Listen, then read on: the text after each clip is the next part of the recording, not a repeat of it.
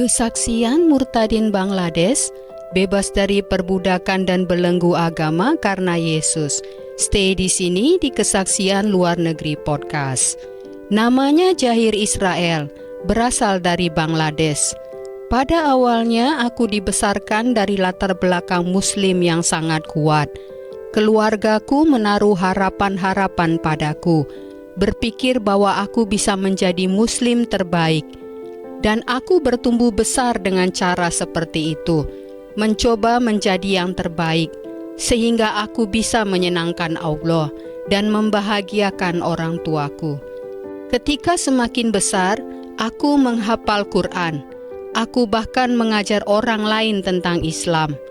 Aku berpikir, jika agama Islam ini benar, jika Allah itu benar, aku akan memberikan segalanya. Aku tidak ingin menempatkan satu kaki di dalam dan kaki yang lain di luar. Aku ingin menyerahkan hidupku sepenuhnya kepada Allah, karena aku ingin masuk surga. Jadi aku berusaha berbuat yang terbaik. Ketika bertumbuh dewasa, imanku di dalam Islam semakin kuat dan semakin kuat. Aku masuk sekolah Islam. Semua temanku berpikir aku menjadi sangat ekstrim. Keluargaku berpikir kenapa aku jadi begitu fanatik dengan agama. Dan aku mengatakan kepada mereka bahwa jika Islam adalah kebenaran, aku ingin hidup sepenuhnya untuk Islam. Pada tahun 2013, aku masuk ke universitas. Itulah pertama kalinya aku benar-benar tinggal jauh dari orang tuaku. Dan itu benar-benar hal baru buatku. Aku merasa sangat bebas dan saat itu aku berpikir, oke, kita lihat apa yang akan terjadi. Aku tetap akan mengikuti Islam, tidak perlu khawatir akan pengaruh-pengaruh di sekitarku. Meski tidak banyak orang Muslim di sekitarku, aku akan tetap setia kepada Allah dan melakukan apa yang aku bisa lakukan. Kemudian suatu hari sebuah gangguan datang. Dan itu terjadi pada tahun 2014. Ada seorang wanita yang menarik perhatianku. Di dalam Islam, seseorang tidak boleh pacaran. Hal itu dilarang. Jadi harus langsung menikah dan harus menikah dengan Muslim. Tidak bisa dengan agama lain. Ketika melihat gadis ini, sama seperti pria lain, dia cantik, menarik, tapi kemudian aku berpikir, aku tidak bisa bersamanya karena dia bukan seorang Muslim. Dia adalah pengikut New Age, benar-benar sangat jauh berbeda dengan keluargaku. Selain itu, keluargaku sangat menjauhi orang-orang yang berkulit putih. Semua hal ini membuatku semakin sulit, tetapi aku tidak bisa menahannya. Akhirnya aku putuskan untuk berbicara dengannya dan kami menjadi teman. Hubungan kami semakin dekat. Dan kemudian aku jatuh ke dalam dosa seksual. Dalam Islam hal tersebut sangat dilarang. Tetapi pada saat itu aku seperti bebas karena tinggal jauh dari orang tuaku. Dan kupikir aku bisa melakukannya. Jadi akhirnya aku jatuh dalam dosa seksual itu dan aku merasa bersalah. Aku merasa Tuhan membenciku. Aku berpikir, bagaimana aku bisa melakukan dosa ini? Aku merasa tidak berharga. Aku merasa telah mengecewakan Tuhan. Meskipun begitu, aku masih melanjutkan hubungan tersebut karena aku benar-benar mencintainya. Tetapi aku harus menyembunyikannya dari keluargaku. Jika keluargaku mengetahui hubungan tersebut sejak awal, kuliahku akan dihentikan dan aku akan balik ke Wales lagi. Jadi untuk mencegah hal itu, aku pikir biarlah aku sembunyikan saja dari keluargaku. Kemudian aku mengunjungi keluargaku. Ketika aku mengunjungi keluargaku, mereka memandangku sebagai seorang Muslim yang religius, anak yang baik dan suci. Tetapi di dalam hatiku, aku tahu aku bukan orang yang suci. Aku baru saja melakukan dosa dengan seorang gadis yang tidak mereka ketahui. Dan kemudian aku kembali ke London dan melakukan dosa itu lagi dan terus melakukannya. Jadi dosa sekarang bagiku menjadi seperti hal biasa. bukan masalah yang besar lagi. Aku melakukan dosa ini yang merupakan salah satu yang terburuk. Jadi jika aku melakukannya sedikit lebih sering, itu tidak akan menjadi masalah. Begitulah pemikiranku. Dan hal itu sedikit menjauhkanku dari Islam. Tetapi keyakinan kepada Islam itu masih muncul lagi. Demikianlah yang terjadi, seperti roller coaster. Di satu waktu aku tidak mau berdosa, tapi aku berdosa. Aku tidak mau berdosa, tapi aku terus melakukannya.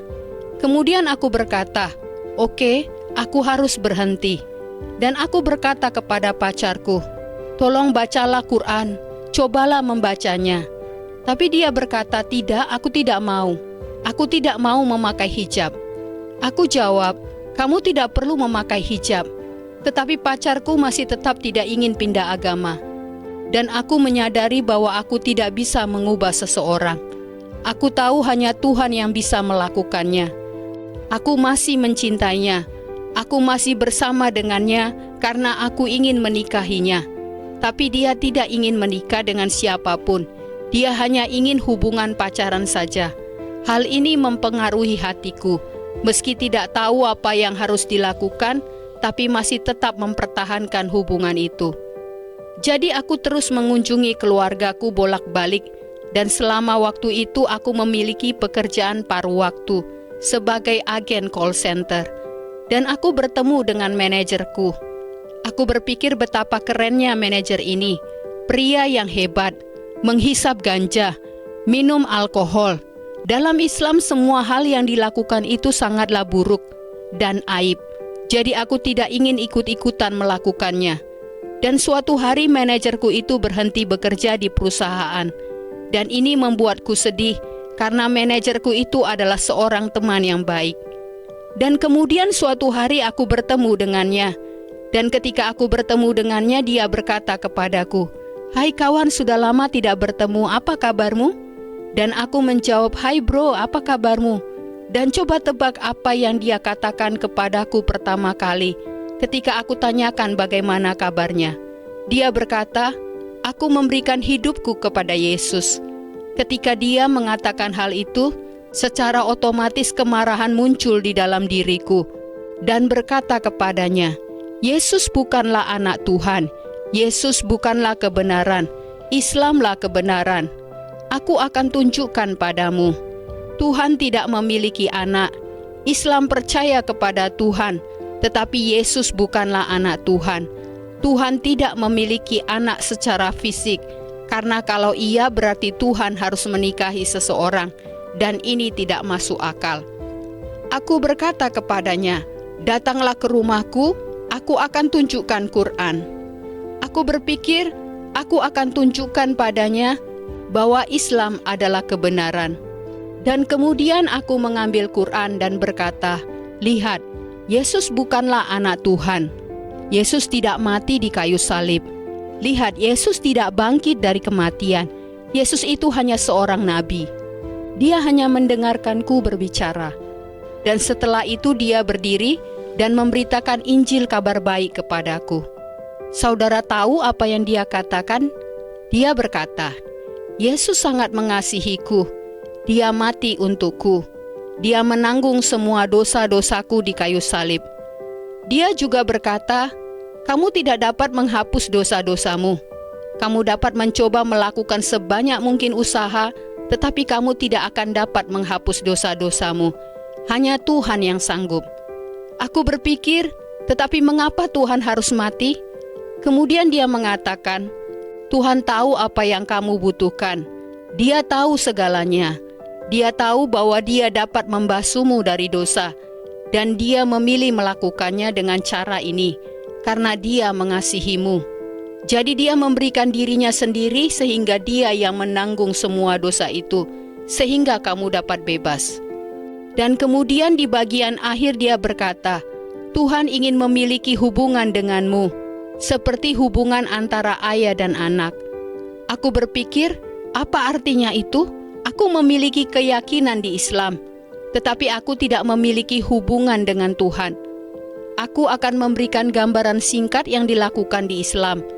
Ketika sholat, seseorang melakukan sholat 5 kali sehari. dan itu wajib bagi seorang muslim. Dan solat harus dilakukan dengan tepat waktu.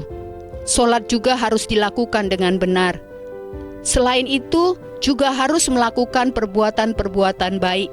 Semakin banyak perbuatan baik engkau lakukan, semakin besar kesempatanmu untuk masuk surga. Saudara lihat bagaimana hal tersebut berlawanan dengan anugerah melalui iman kepada Kristus, benar-benar berbeda. Kemudian dia meninggalkan rumahku. Aku terdiam dan berpikir, bagaimana jika yang dia katakan benar? Aku tidak memiliki hubungan dengan Tuhan. Aku tidak memiliki apa yang dia miliki. Beberapa hari kemudian dia menelponku dan berkata, "Hai bro, apakah kamu mau datang ke gereja?"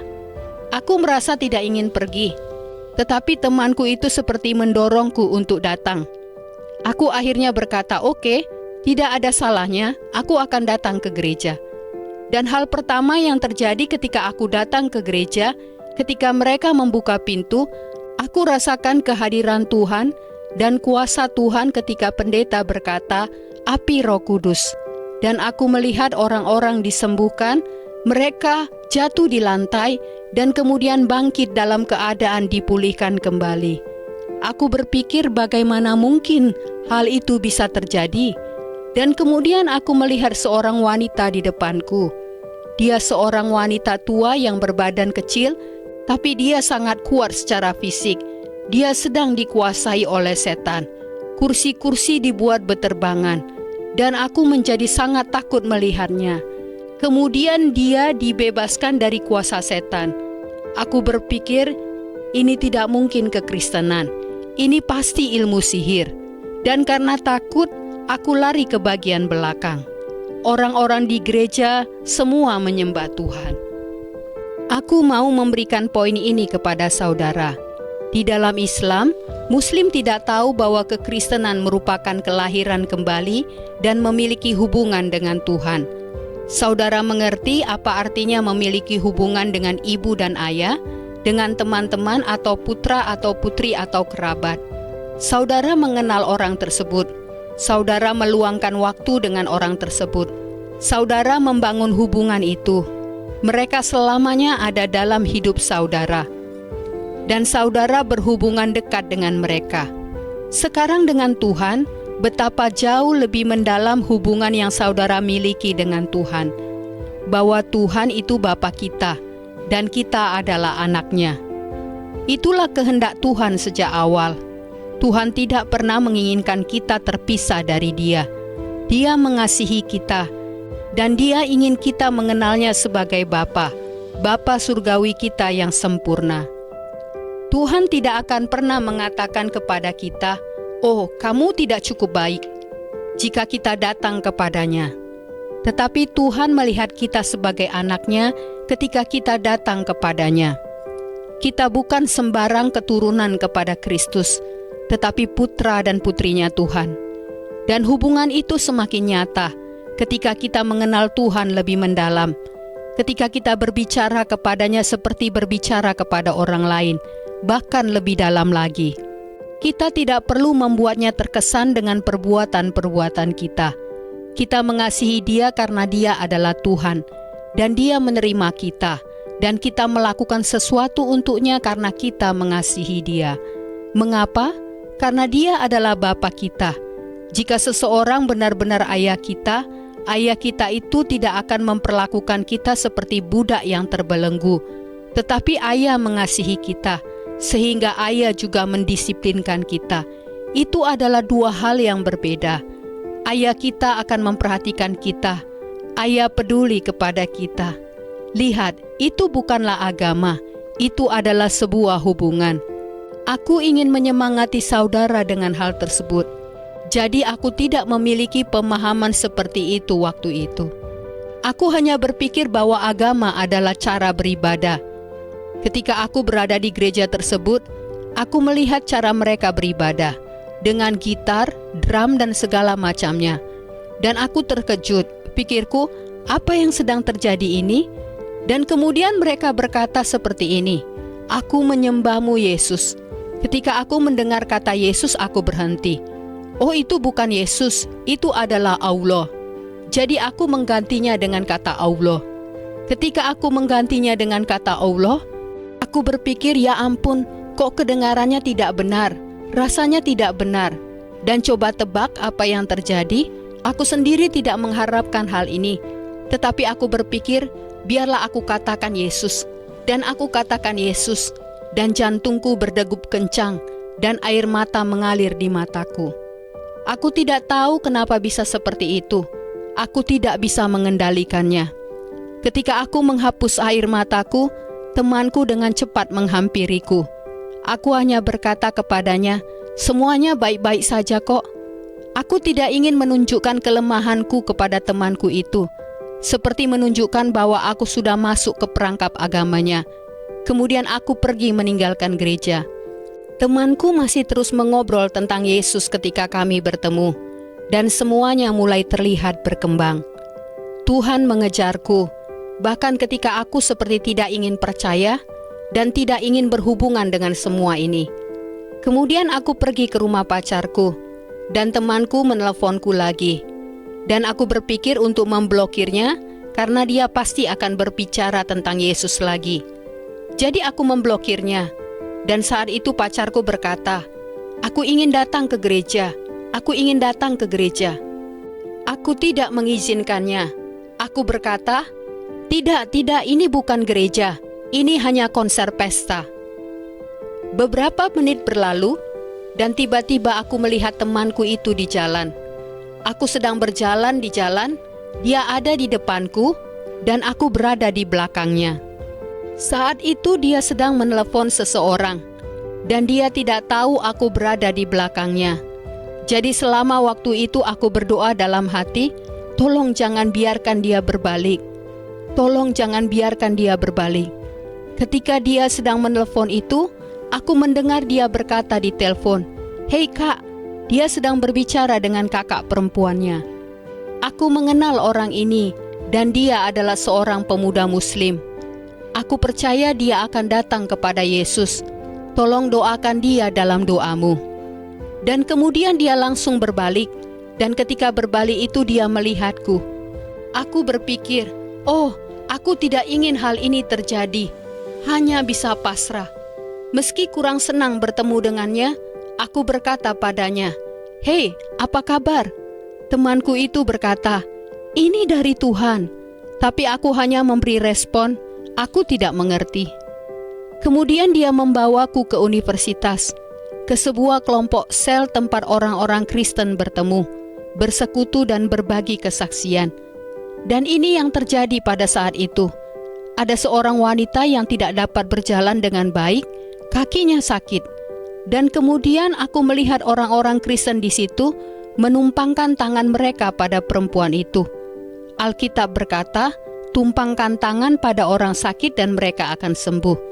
Dan kemudian mereka berkata, dalam nama Yesus, sembuh sekarang juga. Semua rasa sakit pergi, dan kaki jadilah sehat kembali. Kemudian perempuan itu mulai berdiri dan berjalan. Melihat hal ini aku berkata sendiri, tidak, ini tidak mungkin. Dan saudara tahu apa yang terjadi setelah itu? Tiba-tiba gigiku sakit, benar-benar sakit, sehingga aku tidak bisa melepaskan tanganku dari pipiku. Temanku memperhatikanku dan kemudian berkata, "Aku mau berdoa untukmu." Tapi aku menjawab, "Tidak, aku tidak apa-apa." Dia tetap berkata, "Aku mau berdoa untukmu. Sakit gigi itu akan pergi." Dia taruh tangannya padaku. Dalam nama Yesus, semua rasa sakit hilang. Dan kemudian aku berpikir, kalau gigiku terasa lebih baik, aku tidak dapat mengatakannya pada temanku. Ini tidak mungkin terjadi. Benar saja, sakit gigiku sembuh, dan aku berpikir, kemana sakit giginya pergi? Kemudian aku berjalan pulang dan berkata pada temanku, "Sekarang sudah tidak apa-apa, terima kasih." Dalam perjalanan aku masih memeriksa apa yang baru saja terjadi pada gigiku. Aku bisa menggerakkan rahangku. Apa yang telah terjadi padaku itu seperti benih yang tertanam, bahwa ini benar-benar real. Aku tidak bisa menyangkal kekuatannya. Aku tidak bisa mengatakan ini tidak real. apa yang aku saksikan itu real. Tapi sekarang aku berpikir, bagaimana dan siapa yang melakukannya? Sekarang temanku itu memintaku untuk datang ke Bible study. Aku tidak pernah membaca Alkitab seumur hidupku. Muslim tidak mencari kebenaran melalui Alkitab. Mungkin Muslim akan menggunakan Alkitab hanya untuk belajar, untuk mematahkan keyakinan mereka. Mereka mencoba membuktikan bahwa itu tidak benar. Tetapi mereka tidak memiliki hati yang terbuka untuk mencari tahu bagaimana jika Alkitab itu adalah kebenaran. Bagiku, aku tidak pernah melakukan semua hal ini. Tetapi entah bagaimana, Tuhan menaruh firman-Nya ke dalam mulutku. Dan aku mengatakan sebuah ayat dari 1 Samuel pasal 16. Hei bro, Tuhan tidak melihat bagian luar manusia, tetapi Dia melihat ke dalam hati. Dan temanku berkata, itu ada di dalam Alkitab. Itulah yang akan kita pelajari hari ini. Dan dia berkata, ayo datanglah. Dan aku datang ke rumahnya. Dan dia memberikanku sebuah Alkitab. Dan aku memegang Alkitab untuk pertama kalinya. Dia berkata, bukalah bagian manapun yang kamu mau. Dan aku berpikir sebagai seorang ahli matematika, memikirkan peluang tersulit menunjuk ke ayat yang kuucapkan. Dan berkata, ya, aku akan menutup mataku. Jadi aku pejamkan mata, membuka Alkitab, dan menaruh jariku. Dan ternyata ayat yang kutunjuk adalah ayat yang sama persis yang kuucapkan sebelumnya. Temanku menatapku dan berkata, bro, ini Tuhan, ini Tuhan. Tapi aku berkata, aku tidak mengerti. Dan aku benar-benar bingung kenapa hal ini bisa terjadi. Kemudian orang-orang datang. Mereka semua berdoa dalam bahasa roh. Aku tidak tahu apa itu, tetapi seperti bahasa surgawi. Dalam Alkitab dikatakan dengan kuasa Roh Kudus, mereka berkomunikasi dengan Tuhan, berdoa dalam roh. Aku tidak pernah mendengarnya, tetapi mempengaruhiku. Aku dapat merasakan power dari doa itu. Aku berpikir apa yang sedang terjadi, bingung, dan aku tinggalkan rumah temanku. Pada bulan Desember 2017, aku mengunjungi orang tuaku. Saat itu orang tuaku masih tidak tahu bahwa aku sudah berpacaran selama 2-3 tahun. Aku pulang ke rumah, HP-ku sedang di-charge. Kemudian tiba-tiba HP-ku berdering, pacarku menelponku. Ibuku melihat HP-ku yang berdering itu. Aku cepat-cepat mengambil HP-ku dan berkata pada ibuku, aku perlu bicara dengan teman. Di telepon, pelan aku berkata pada pacarku, bisakah kamu berpura-pura menjadi seorang pria? Pacarku terdengar bingung. Apa? Mengapa? Mengapa ini? Kemudian aku berkata lagi, hei bro, apa kabarmu kawan? Ya, baik. Aku mengabaikan semua yang dia katakan, dan aku cukup kasar. Tetapi aku hanya mencoba menyelamatkan diri. Di lantai bawah aku tahu ibuku menguping mendengarkan percakapan kami. Tetapi aku tetap mengakhiri percakapan dengan mengatakan, aku mencintaimu. Dan tiba-tiba ibuku membuka pintu dengan penuh emosi. Dengan siapa kamu bicara? Aku berpikir, ya ampun, selama ini aku menyembunyikannya dari mereka. Sekarang apa yang harus kulakukan? Tiba-tiba terlintas dalam benakku, aku harus berbohong kepada ibuku. Dan inilah yang kukatakan, dia hanya seorang pria, seorang teman, kami hanya mengobrol. Ibuku tidak mempercayaiku. Kemudian aku berkata, oke, dia perempuan, teman kampus, teman yang sangat baik. Kami sedang mengerjakan sebuah proyek. Ibu berkata kepadaku, Jahir, beritahu saja kami tidak akan melakukan hal yang buruk padamu. Sebelum aku menjelaskan bagian ini kepada saudara, aku mau berkata bahwa sebagai orang Kristen, saudara dapat mendengar suara Tuhan. Saudara dapat mendengar Tuhan di dalam dirimu.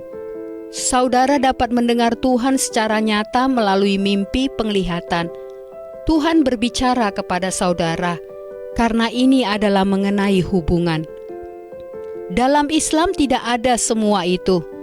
Hal seperti itu berhenti sampai kepada para nabi saja, dan nabi terakhir orang yang dapat mendengar suara Tuhan.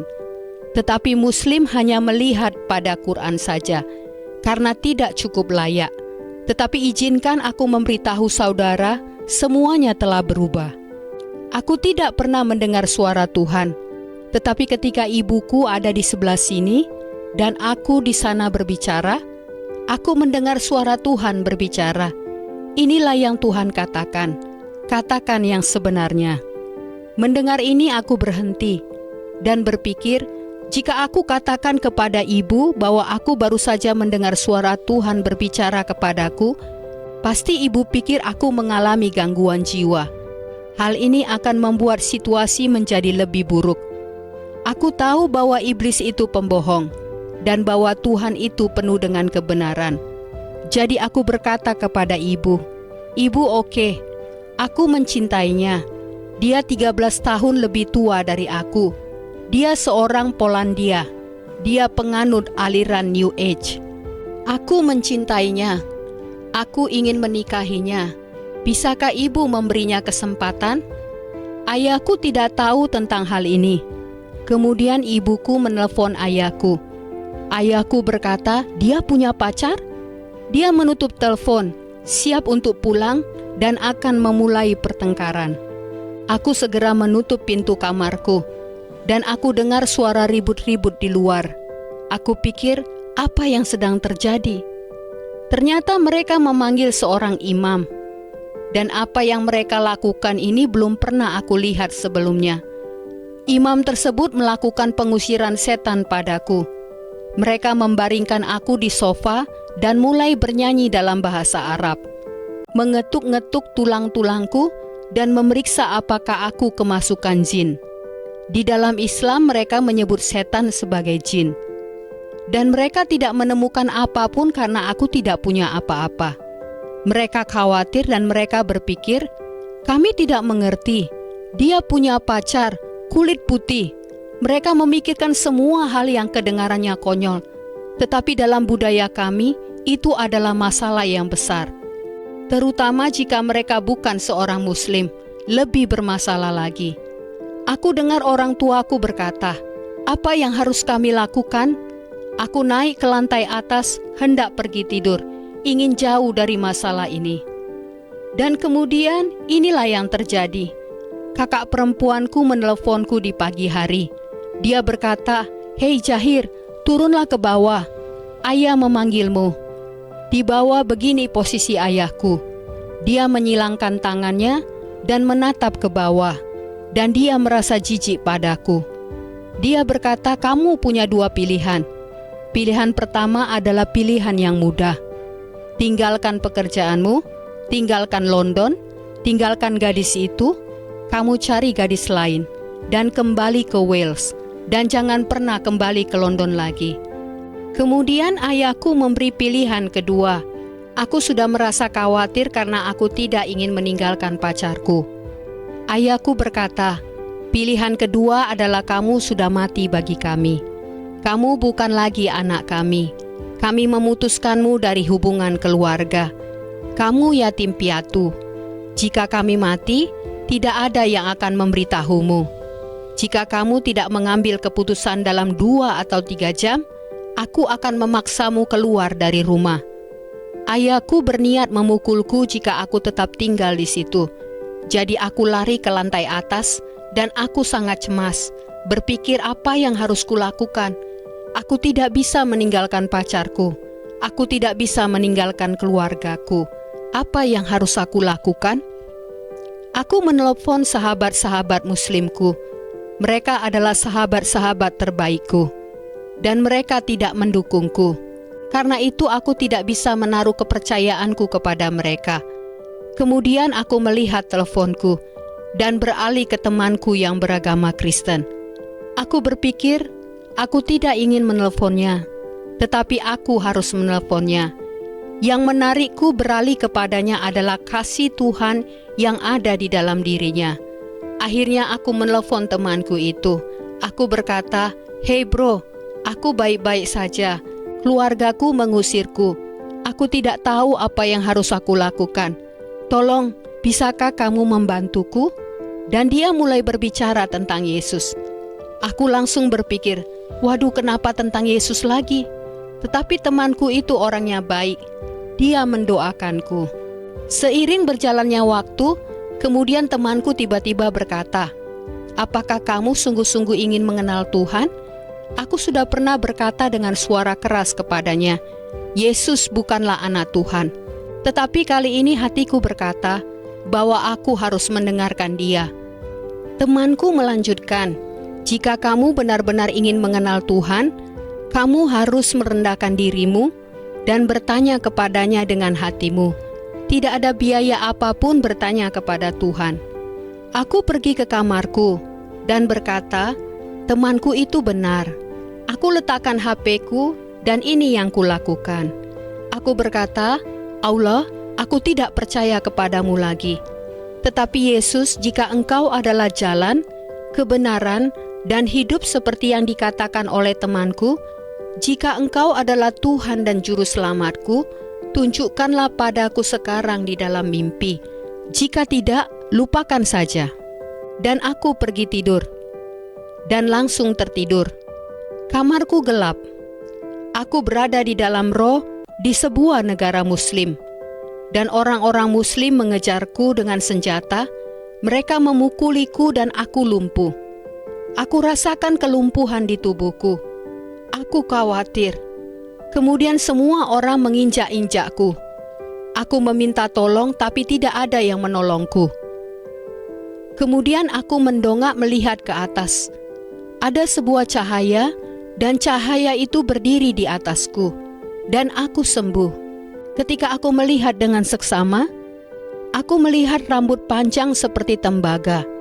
Cahaya menyinari wajahnya. Aku melihat dia dengan pakaian putih yang panjang. Benar-benar seperti raksasa yang mungkin tingginya sekitar 100 feet, sekitar 30,5 meter. Dan dia berkata, "Keluargamu akan meninggalkanmu, tetapi aku tidak akan pernah meninggalkanmu. Akulah Yesus Kristus. Kamu adalah anakku.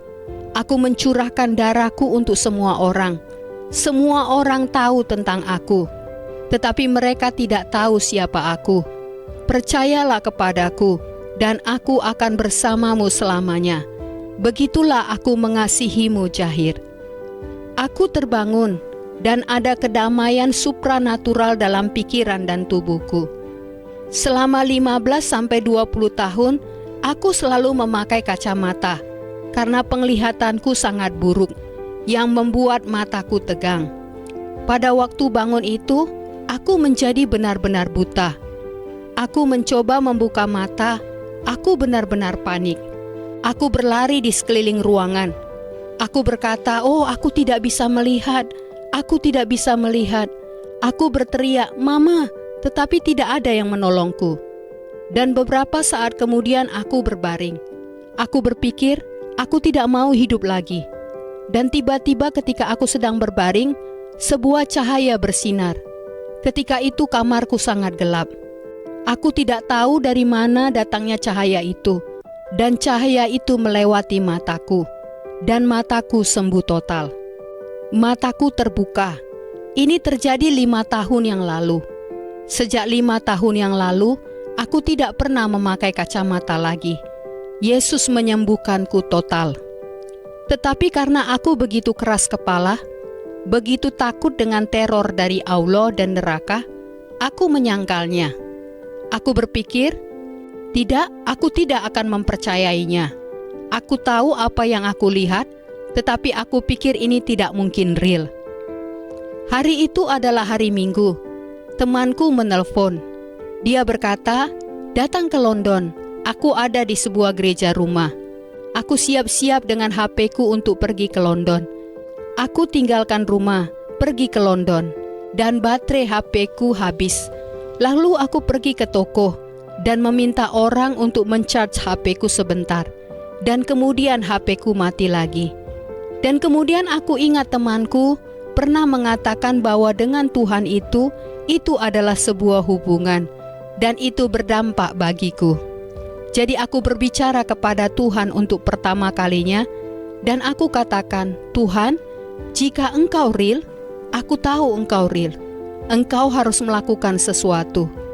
Dan saudara tahu apa yang terjadi? HP itu sebelumnya mati, dan tiba-tiba hidup kembali dengan teman Kristenku menelponku. Aku tidak dapat mempercayainya, dan kemudian mengangkatnya. Aku berkata, oh hai, apa kabar? Kemudian temanku menelepon taksi Uber, dan aku pergi ke sana. Sampai di sana baterainya habis. Taksi Uber pergi ke rumah pendeta. Dia sudah ada di sana menungguku. Aku tidak tahu bagaimana pendeta tahu saat itu. Dan kemudian aku masuk ke rumah pendeta, menceritakan kisahku. Mereka begitu penuh kasih. Mereka mengerti dan menangis mendengar ceritaku. Aku tidak mengerti. Pertama karena mereka tidak tahu siapa aku, mereka tidak mengenalku. Mungkin kalau mereka orang-orang dari keluargaku sendiri, aku harapkan perlakuan demikian, tetapi tidak dari orang-orang yang tidak mengenalku. Hal ini berkesan bagiku. Dan kemudian mereka menjelaskan tentang Injil kepadaku. Namun demikian, aku masih tetap tidak dapat mempercayainya. Mereka mengajakku untuk duduk, karena aku datang ke rumah itu dalam keadaan sakit, anemia, pusing, lemah, dan yang lainnya. Mereka berkata, apakah kamu mau menerima Yesus Kristus sebagai Tuhan dan Juru Selamatmu? Pada saat itu, seluruh tubuhku gemetar. Aku tidak tahu harus berbuat apa.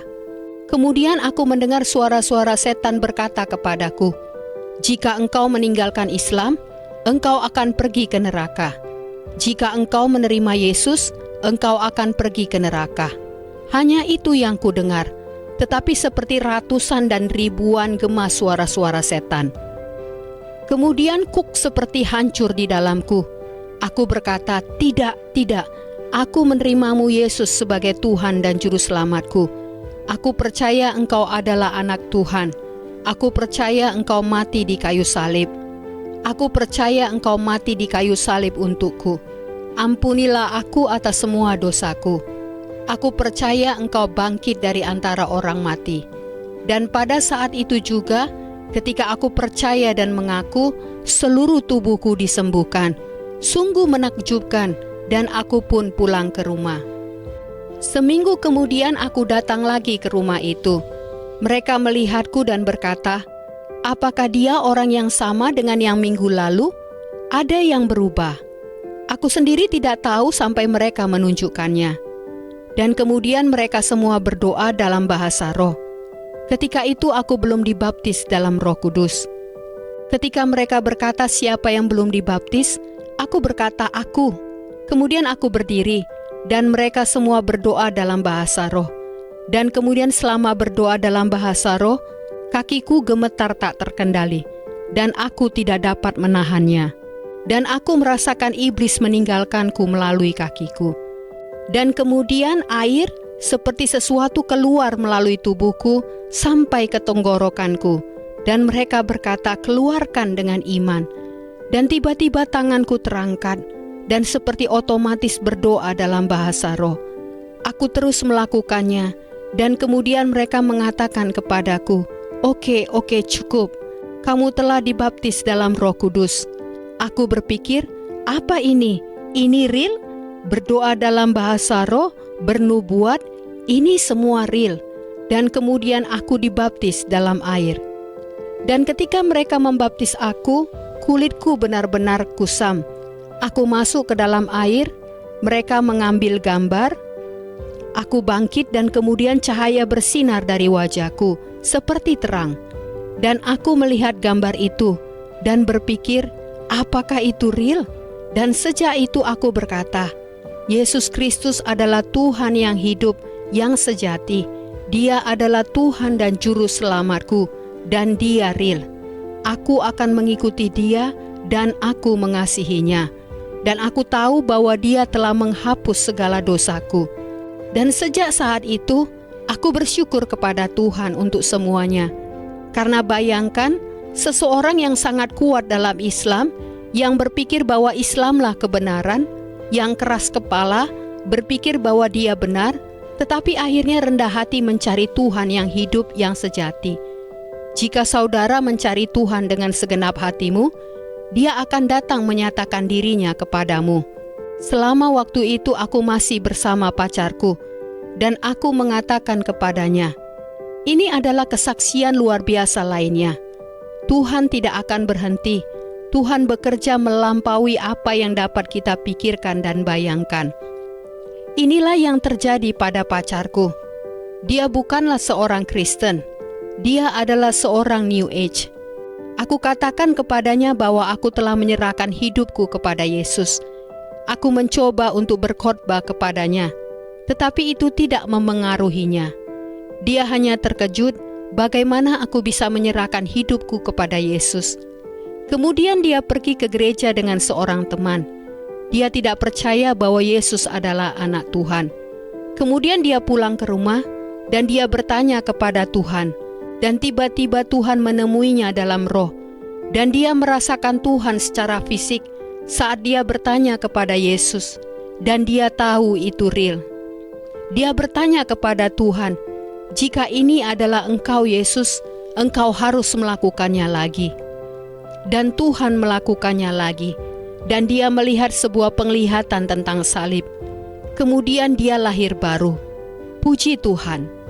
Jadi ini bukan karena khotbahku. Ini bukan tentang aku yang mencoba mengubahnya. Tapi dia ingin mengenal Tuhan. Dan Tuhan menyatakan dirinya kepadanya. Kami sekarang menjadi teman yang baik. Kami mungkin tidak bersama karena mungkin bukan rencana Tuhan. Tetapi kami adalah brother dan sister yang sangat baik di dalam Kristus.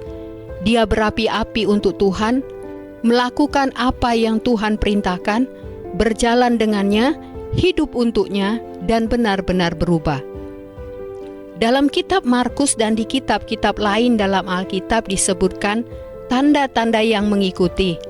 Markus 16 ayat 15 berkata, pergilah ke seluruh dunia, beritakanlah Injil kepada segala makhluk. Apa artinya itu? Tidak kepada sebagian orang, setiap orang perlu mendengar Injil. Dan kemudian dikatakan bahwa letakkan tangan atas orang sakit, maka mereka akan sembuh. Engkau akan mengusir setan demi namaku. Kedengarannya mengejutkan, tetapi firman Tuhan itu hidup dan aktif. Firman itu tidak berhenti seiring waktu. Firman itu berlanjut selamanya, kekal. Firman Tuhan tidak akan pernah berlalu. Kita melihat kuasa Tuhan sekarang. Jika Dia melakukan itu padaku, Dia juga melakukannya untuk saudara.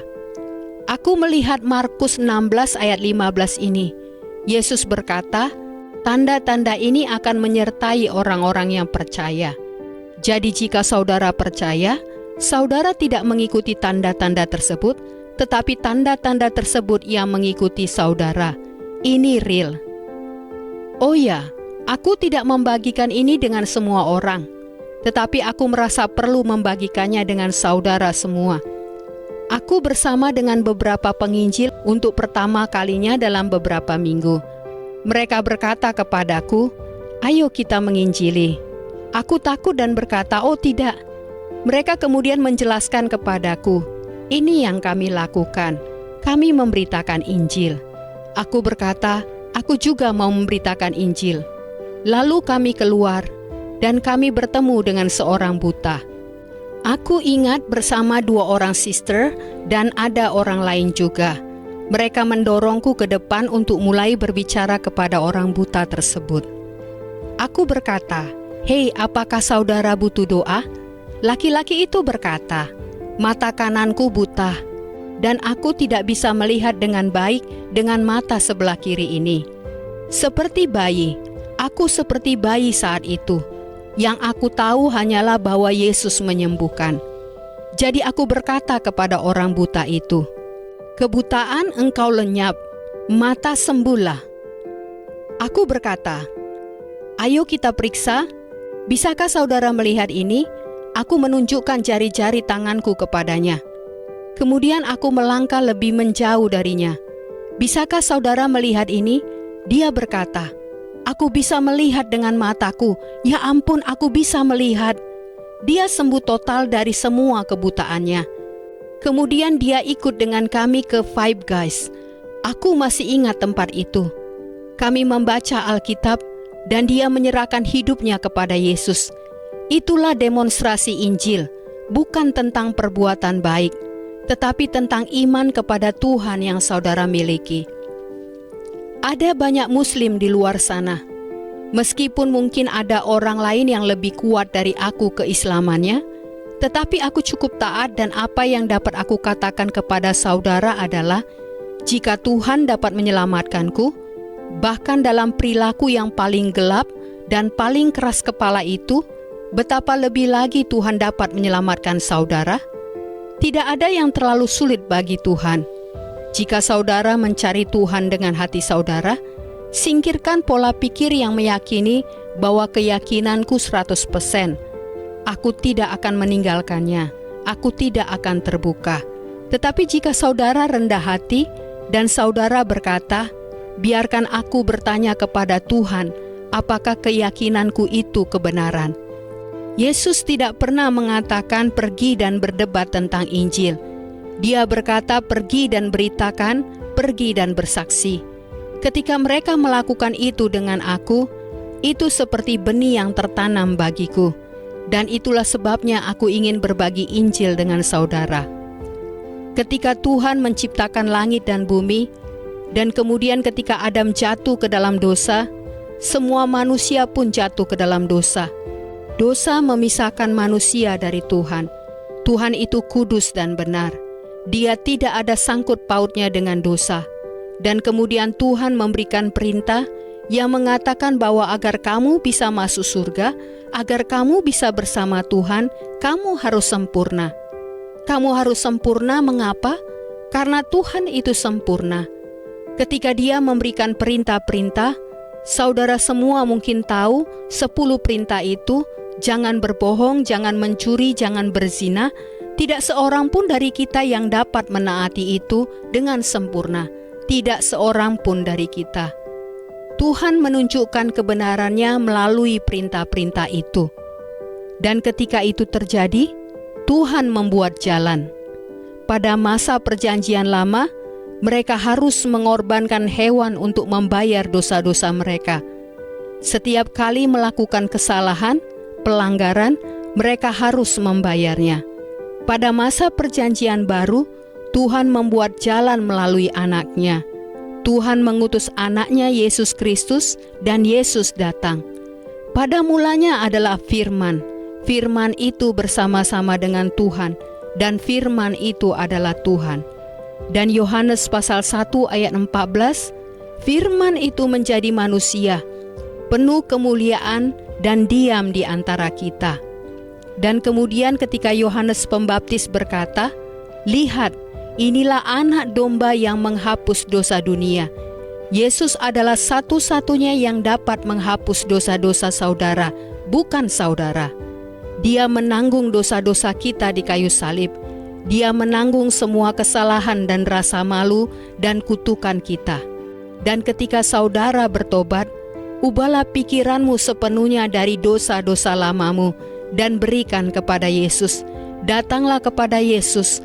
Taruhlah kepercayaanmu dengan berkata, Tuhan, ampunilah aku atas semua dosaku.